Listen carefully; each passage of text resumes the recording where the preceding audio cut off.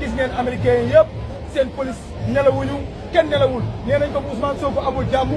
moom du am jàmm ñun du ñu am jàmm de mais mu doomam du am jàmm président yëpp kenn amul koo xamante ni ñu ngi circulé di dox seen soxla kenn topp leen xoolal sécurité of New York ñëpp ñëw nañ taxaw fii pour Macky Sall kese bari jaade ko ndax lan rey na suñu ay ndaw tëj suñu ay yaay torturé suñu ay doom kooku criminel la loolu moo waral tey ñun moom gis nga li lañ ko fayee président bu dem ba war a jeexal di dem yow mënoo am jàmm ak sa peuple ñun kenn duñu tànnal candidat Ousmane Sonko mooy suñu candidat ñun 2024 bu neexee yàlla réew mi di Sénégal Pastef moo koy jiite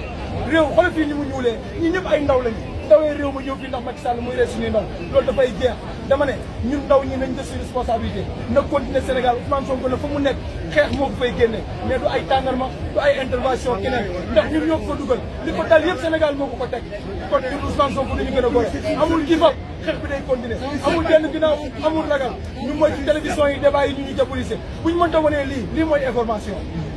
du ay fait divers information mooy wane li xew New York li xew Sénégal dañuy rey dama ne buñ jàppuloon Ousmane Sonko buñ ko tuumaali toon viol kenn du dee dara du tàkk lii du am lan la Ousmane Sonko wax li ñëpp bokk lépp loolu tekki na lépp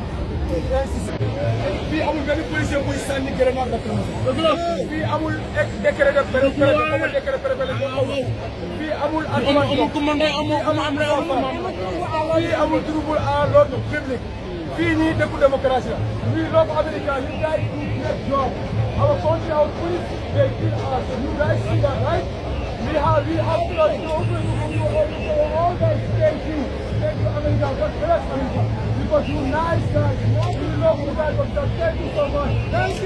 thank you léegi nag sama gars yi dañuy bàyyi kii mu jàllale message bi si français après ñu jox si sama jaara mu jàllale message bi si wolof lan moo waral Macky Sall ñu barricade ko gis ngeen américain yi